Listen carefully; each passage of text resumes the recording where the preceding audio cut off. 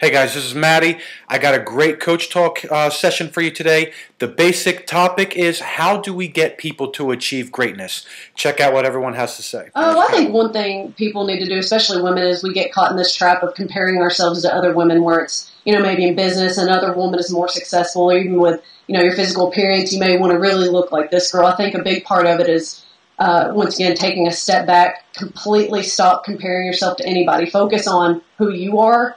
And then what I tell people to do, and, I do this in the weight room, I tell them to identify their personal strengths and then make those just even stronger. So I guess in any area in life, you can find your own talents, your own gifts, your own abilities, and then highlight those natural gifts and abilities and make the absolute most out of them. I mean, if you don't have a passion for something or you're not really good at a certain thing, I don't see the point in wasting your time on certain areas, yeah, you need to improve. If you suck at budgeting your money, yeah, you may need to learn how to do that. But I'm saying if you don't have a passion for something, a certain area, then don't, stress too much about that. Focus on what you do naturally have a passion and a desire for, and build that up as much as possible. Well, as a coach, one thing I did, I don't know, Matt, if you've ever done this, but I feel like I've over-programmed programs, making things like the best possible meal plan or workout program possible, and realizing it's too complex for most people to follow on a day-to-day basis. So really just stepping back, and actually this new program that I'm working on, the first week, they're not making any nutritional changes. If they're currently eating pizza 6 times a day, I'm not telling them to stop it. I want them to focus first on the exercise. So just going back to basics, making things oversimplified, and not worrying so much about all the small details. Anybody can be a cookie cutter program. Anybody can just go out there and buy what they want to buy. It's not hard. You can be trained if you want to, but to be a class level, a high class level trainer, or someone that still keeps the integrity of who they are, but is that upper echelon, you got to find people who are successful and people that you see the same integrity and the same values. I wouldn't be talking if I didn't see that in you, to be honest with you. We share some of the same mentors and same brothers out there in Underground Strength Nation. And so, we sought out, other than your Zach Evans's, we sought out people in the fitness industry who are leaders. That's, I think, what made us different. And then we took it and spun it and said, what makes us? Who are we? You and I talked a little bit about the martial arts. I'm just going to briefly say this: when you train high level athletes, they have a different mentality. I'll be straight up, but there's also something different about training warriors and combatives. The guys hit the bars, they hit the weights pretty hard as far as athlete, and they have great drive. But there's something said about somebody when you look them in the eye, they've made that decision. I can't describe it. I've been in 3-day camps with guys who've seen battle, and when you touch hands with them, I call it touching hands because we throw each other out. Yeah. There's no hesitation, man. There's no hesitation. They have this thing like, you're going down. My objective is to take you out. So we drill that, and we drill it to the realest extent. We don't play around. They have purpose and intent, and that intent is scary. And when you see that in a person's eyes, if you're on the receiving end, if you're drilling that, even just as an instructor helping show that drill, it is freaking scary. So you take that same mentality in a business owner, a coach, an athlete, and you instill that, and you find a way to put it in them, you get a scary freaking person who's going to succeed in business, life, and or their sport. So that warrior mentality. Biggest thing that I can say is just incorporating the soft side that I talked about earlier on. A lot more focus on mental training and things that happen outside of the hours that the client puts in training within the facility. So incorporating holistic health practices like yoga or Tai Chi are big things that I think are giving my facility an edge over the competition. And the fact that I place so much emphasis on mental recovery, mental repair, along with physiological repair and recovery. So, we have a structured yoga class on the weekends where we do an hour of yoga, and then at the end we'll sit around and just talk shop for an hour or whatever and roll up. A lot of people want to hang out, but the main idea is that day is dedicated to recovery. So no longer do I just say, okay, take for granted rather that if I tell my client to do foam rolling at home, that they're just going to do it, because you and I both know, as I'm sure the majority of you in the audience knows, and once you get home and see the couch and see the family, you just want to chill and relax, pop a beer, maybe watch Walking Dead or whatever it is you do to unwind. That was blood for Walking Dead. whatever it is you do it online, but home is home. So I would rather have my clients come into the gym and at least do some mobility work so I can have my eyes on them and then maybe add a couple of things that they may need for a specific muscle group or whatnot. So I think that's something renegade that's going on right now. It's just the incorporation of yoga and Tai Chi, and that goes into my own specific background with martial arts. Mainly, I believe in results. And if you're not giving your clients results, they're not going to come back. And it's pretty much a guaranteed. If you show up, put in your minimum 3 days a week, you come in and you bust your ass for an hour and 10 minutes, you'll get the results. And then it's just exceeding expectations with the parents, with the athletes. If you can walk in and tell a kid, hey, you're going to gain 5 pounds this month, they're going to be like, wow, really? Because I've been trying to gain weight. I've been taking this stuff. I've been going to the vitamin shops and buying my protein and following these magazines, and I can't gain weight. And you just lay it out simple. I'll help you gain 5 pounds this month. If I do that, you become a client, you stay here, and you're just going to blow up. I had one kid this year, in a calendar year, gain 50 pounds. Mm-hmm.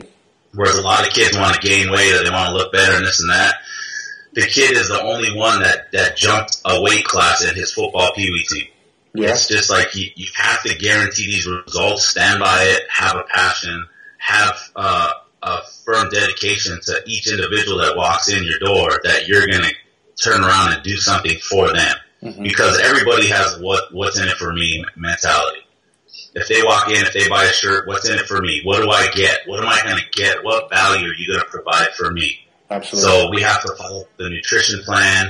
We need to give them a shopping list for mom. If you get mom and dad involved, the kids bought in. Bring your shake. Put it in the fridge. Every time you walk out, I want you drinking that shake. I want you to drink a shake every night before bed. If the kid wants to lose weight, all right, are you drinking enough water? You didn't bring enough water today. It's just following it up and making sure that you get that one-on-one connection. Even though there's a group of 15 athletes, you have to say that person's name 3 times in that hour just to let them know that you're watching them. So every 20 minutes, if you said, hey, Johnny, hey, Jimmy, hey, Tony, do this, do that, knees out, whatever, coaching cue, whatever it is, hey, squat down when you put the kettlebells down. If you're just on them, they know you're watching them, even when they're not looking at you, and you see them and you say something to correct their form or whatever it is. Good job, a high five, a dap, whatever it may be. That's going to show them that you care. If you care and they get results, they're locked in. And I think that's what separates us from the big gyms that just run around cones or do some crazy workouts just to bury kids. When kids walk in, I don't try to bury you. I don't try to make you throw up. I'm trying to make you better. Mm-hmm. So if I could make you better and you gain a pound a week, then we're exceeding our goals, and I'm getting that kid to the next level. Just like our minor leaguers, in 4 years, we went from single A to the major leagues. That's giving them results. That's giving them satisfaction, and all their parents and all their friends and family see them on ESPN. That's our satisfaction right there. It's not how bad you can smash people down, but how well you can build them up. As a coach, is actually giving a shit, like caring about people. I know, and I'll admit, for a while I got so caught up in growing business and training day to day that I really started to get out of like the grind, so to speak, and working more behind the desk and out of all the in-person coaching. And I realized, man, that you can never let go. So if you're a coach watching this and you're on your way to the top, growing your business or wherever you are at, always make sure your clients are number one, they're first, and they know it. Because one thing I realize, even when I get coached and I coach others, it's small little things that you can tell people that could literally make their life, make their day. So just freaking wow people, make them feel amazing. That's what we do as coaches, and it just doesn't take a lot of energy, and it can literally change people's lives. Just that. I think it's huge what you just said. It's taking the focus away from you and what you can get out of a client, like how much money or whatever, and put all the focus into what you can give and what they can get out of the situation. And I think it's one of those, cosmic type things. Whatever you put out there is going to come back to you tenfold. I mean, I've loved being a trainer. I've been doing it for 10 years now, and my passion originally started out from that. But over the years, because of some of the experiences I've been through with I was stuck in a period of disordered eating for a good 3 years. Every second I was focused on food. What do I eat? When am I going to eat? How much am I going to eat? I got to count all these calories, and it just got so OCD. And I would, I got into a huge spin of binge eating and then restricting and then binge eating, and it was more of going through that type of things, and also, working out constantly and thinking every workout had to kill me. I had to be, completely drained and exhausted at the end, and I had to do tons of cardio, and it was just this overwhelming. I mean, anybody that's experienced anything like that knows, what I'm referring to, and it seems like more and more women are getting caught in this trap of they have to work out so hard that they're almost on the verge of puking every time, or they didn't train hard enough. They have to meticulously track and count calories and do everything perfect. And I'm seeming to be attracting a lot of those people, I guess, because of my experiences. And so these past few years, my passion has been really to help those people that truly just want to get out of this vicious cycle of obsessive compulsive mentality in regards to nutrition and training, and helping them just, take a step back, breathe, and simplify things as much as possible so that they can have simple, flexible eating patterns that work for them. Not necessarily something I think is best, but they find what works for them personally, to where they can go out to eat without stressing, they can enjoy their favorite foods without being riddled with guilt, and to where they don't have to think about food all the time, to where they can, have a simple way to eat for life that helps them achieve their goals. And same thing with working out. If they want, I try to tell people, maximum results, minimum time.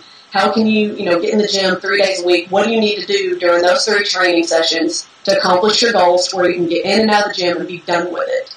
And it's these people I'm really passionate about helping, because I've been there and it sucks, and you so desperately just want a way out. You don't want your life to revolve around training and eating. You just want to be able to get your results in a simple, stress-free way. And when those people can finally say, oh my gosh, I don't spend all day thinking about this anymore, thank you, that is where my passion is right now, helping those people specifically.